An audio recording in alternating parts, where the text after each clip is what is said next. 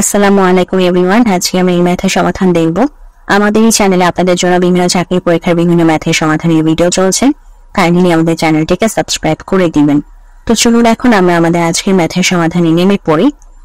এখানে কি বলছে? এখানে বলছে যে 5টি লিচু যে দরে ক্রয় করা হয়, 4টি লিচু সেই একই দরে বিক্রয় করলে শতকরা কত লাভ বা ক্ষতি হবে।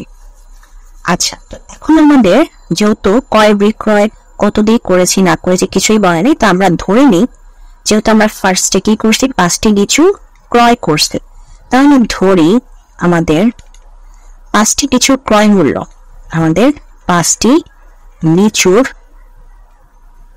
ক্রয় মূল্য আমরা ধরে নিব ফার্স্টে 100 টাকা, কারণ আমি জানি না আমি কত দিয়ে কিনেছি। তো আমি ধরে নিচ্ছি 5টি লিচুর ক্রয় মূল্য হচ্ছে আমাদের 100 টাকা।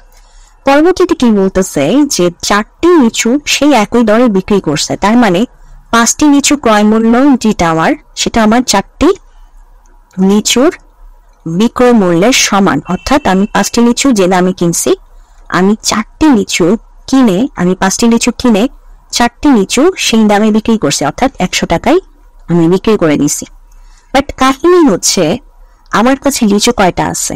আমার কাছে লিচু তো ছিল 5টা লিচু আমি কিনে আমি 4টি লিচু বিক্রি করে দিছি, তার মানে এখনো আমার কাছে কিন্তু 1টি লিচু পড়ে আছে, সেটাকে কিন্তু আমি আবার সেল করতে পারবো। তাহলে তার মানে আমার লাভ হচ্ছে না, তো সেটাই কত লাভ সেটাই বের করতে হবে। তাহলে এই যে এখন দেখেন, তাহলে 1টি লিচুর বিক্রয় মূল্য আমার কত বেরোচ্ছে? যে 4টি লিচুকে 100 টাকায় বিক্রি করি, তাহলে 1টি লিচুর বিক্রয় মূল্য বের হয় 100 ভাগে 4 টাকা। তাহলে আমার কাছে হচ্ছে 5টি লিচু ছিল, তো আমি 5টি লিচুর বিক্রয় মূল্য তাহলে আমার কত বের হয়?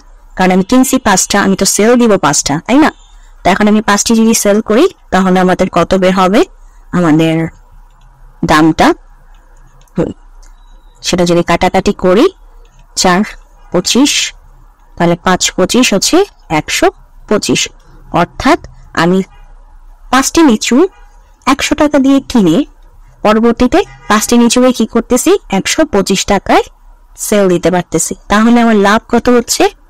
লাভ হচ্ছে 125 মাইনাস 100 টাকা, অর্থাৎ 25 টাকা অথবা 25%।